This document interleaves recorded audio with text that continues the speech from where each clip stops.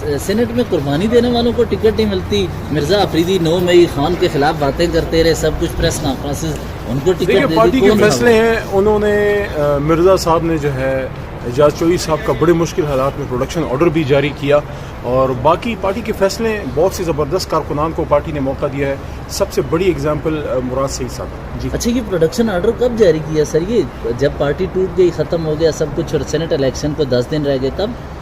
دیکھیں پارٹی کے فیصلے, پارٹی نے اس پہ غور و خوض کیا ہوگا. میں تو اس کمیٹی میں نہیں ہوں جو نام تجویز کرتا ہے, لیکن بہرحال علی امین خان ملے ہیں پچھلے دنوں خان صاحب سے, انہوں نے ساری لسٹ وغیرہ شیئر کی ہوگی.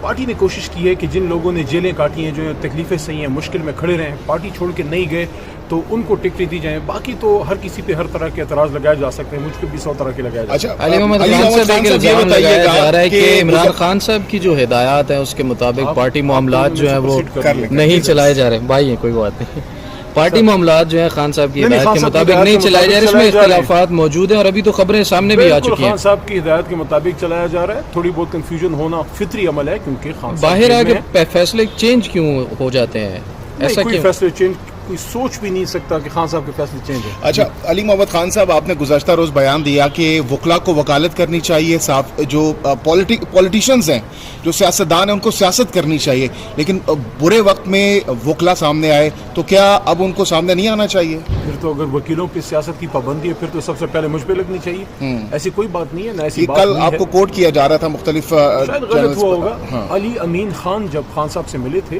تو اس کے بعد میری علی امین خان سے گفتگو ہوئی, اور وہ بڑے خوش تھے کہ خان صاحب سے انہوں نے ساری باتیں ڈیٹیل میں ڈسکس کی ہیں. اس پہ میں نے یہ بات کی تھی کہ اچھا ہوا مشکل وقت میں وکلا نے ایک زبردست کردار ادا کیا, لیکن اب سیاسی چینل بھی کھل گئے تو اس سے فیصلہ سازی مزید بہتر ہوگی. پارٹی کے اندر اختلافات کی خبریں بھی سامنے آ رہی ہیں, اس پر کیا ریبٹل دیں گے؟ واقعی اختلافات ہیں؟ میں اس پہ تھوڑا سا دیکھیں, میں اختلافات کی بات نہیں کروں گا. اختلافات نہیں ہے, ڈفرینس آف اوپینین ہو سکتا ہے, اور وہ ہر جماعت میں ہوتا ہے. کیا نون میں نہیں ہے؟ شاہد خاقان صاحب کو کدھر پلیس کرتے ہیں, کیا پیپلز پارٹی میں نہیں ہے؟